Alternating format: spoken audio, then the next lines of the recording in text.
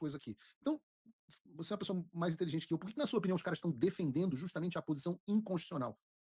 Se a prova, digamos, passa a dosimetria, você não está dando mais razão para o Supremo derrubar o projeto? E pior, né? Não é nem só derrubar, na hora você vai precisar que o juiz valide, mais uma vez, funcione como uma nova instância. Então, vai depender da boa vontade do Alexandre de Moraes de novo. Você está considerando, Paulo, que eles estão querendo atuar, né? O legislativo está querendo atuar nos casos concretos, o que eu expliquei que não é possível.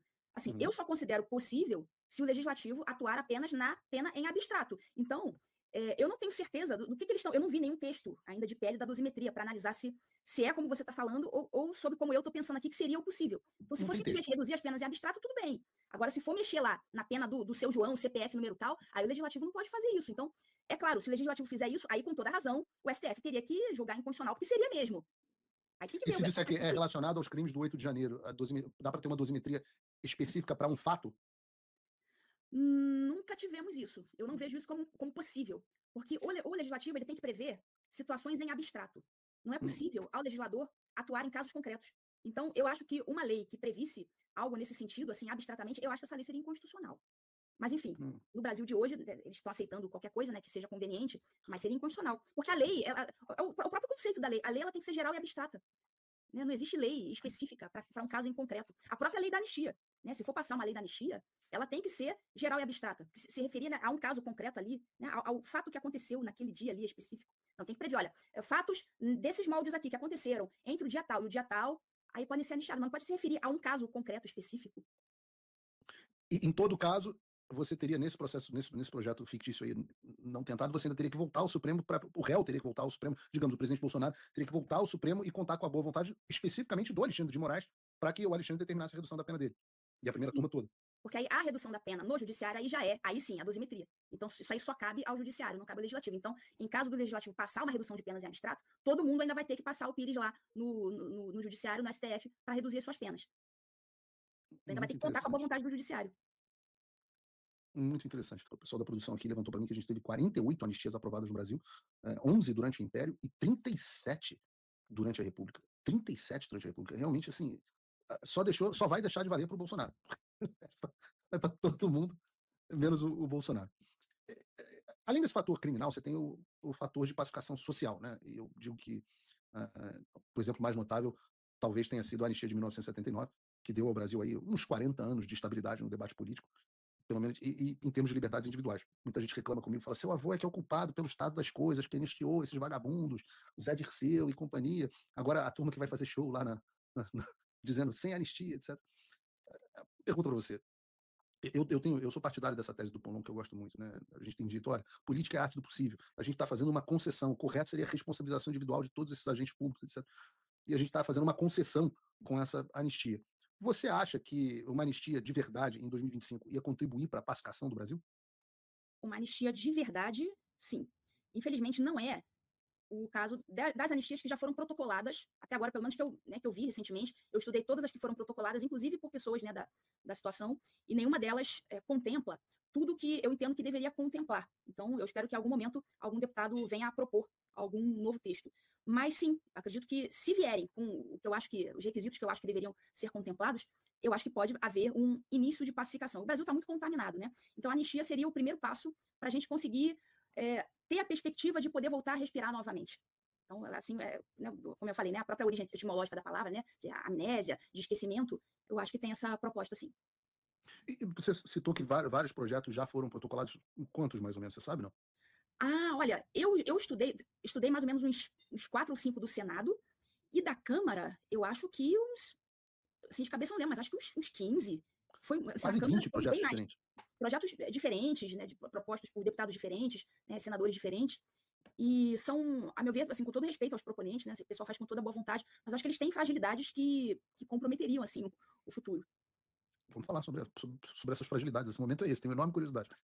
Então, o projeto de anistia, eu entendo que ele não deve abranger apenas os presos do 8 de janeiro. Então, vários projetos da Câmara, não todos, mas vários deles, eu vi que se referiam exclusivamente aos fatos ocorridos no dia 8 e no dia 9 de janeiro de 2023. Com isso, eu acho que a gente já tem um problema aí. A perseguição no Brasil, eu chamo de ditadura judicial, iniciou em 2019.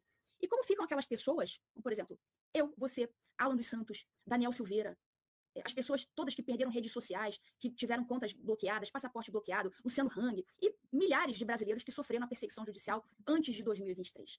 Eu ouvi um número parecido de 5.000 pessoas incluídas nos múltiplos inquéritos de milícias digitais, fake news, de alguma forma, investigadas, com petições, etc. Algo como 5.000 pessoas, entre todos os processos. Eu não conhecia número ainda, mas não é um número que me espanta, não, porque já temos aí 6 anos de ditadura.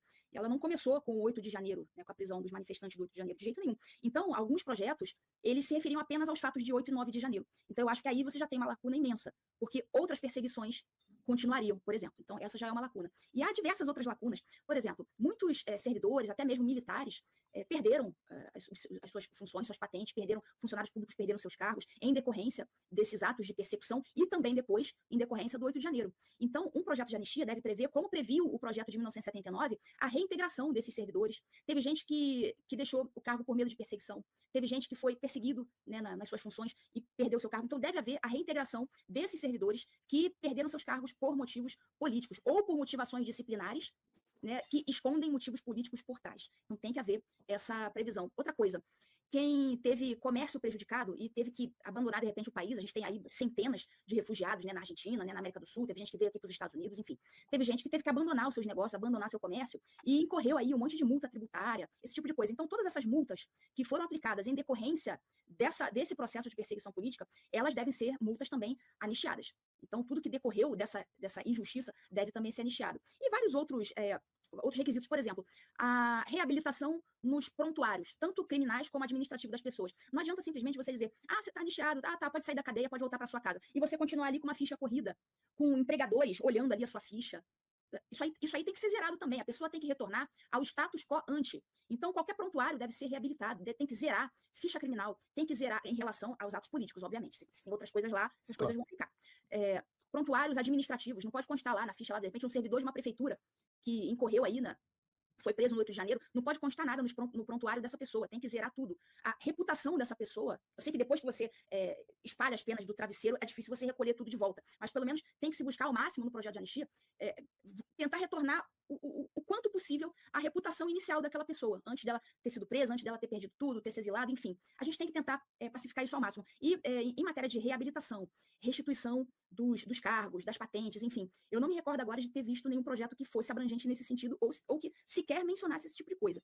Então, a gente precisa, sim, desse tipo de previsão.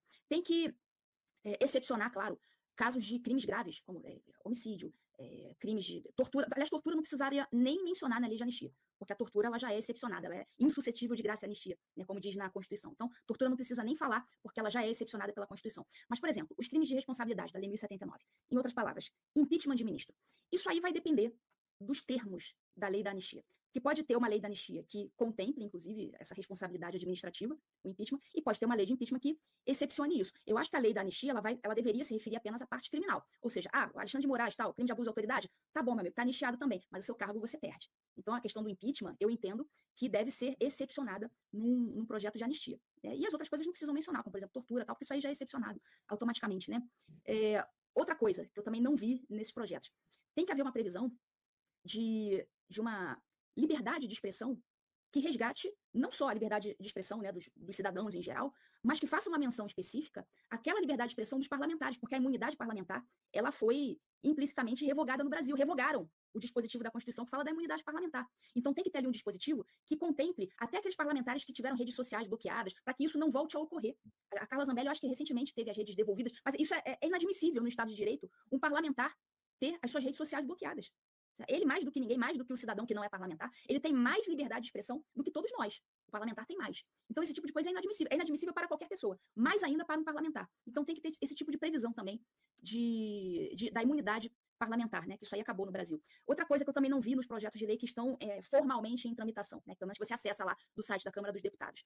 Não prevê prazos para a implementação daquelas medidas ali previstas na anistia. Então, simplesmente, estão anistiados e acabou. Então, deixa tudo muito solto. Eu acho que um projeto de anistia tem que amarrar isso. Tem que, por exemplo, vou dar um exemplo, fica estabelecido o prazo de 30 dias para que as medidas aqui previstas sejam efetivamente implementadas. Por exemplo, chegou o advogado, saiu a anistia, o advogado entra lá com pedido no STF. STF aqui, saiu a anistia, o meu cliente se enquadra nesses requisitos, então vocês têm 30 dias a partir de agora para implementar isso aqui. Ou seja, se tiver preso, solta, se tiver com medida cautelar, revoga as medidas cautelares, enfim, a coisa tem que retornar ao status quo ante em 30 dias. Se algum foi excluído, né, do seu cargo, da sua função, entra lá com um pedido administrativo, olha, essa pessoa, né, perdeu o cargo em relação a isso, então vamos começar aí os procedimentos para a sua reabilitação e reconstituição ao seu cargo. Tem que ter um prazo para as pessoas envolvidas, os agentes envolvidos, começarem a se movimentar para restituir essas pessoas à sua situação anterior.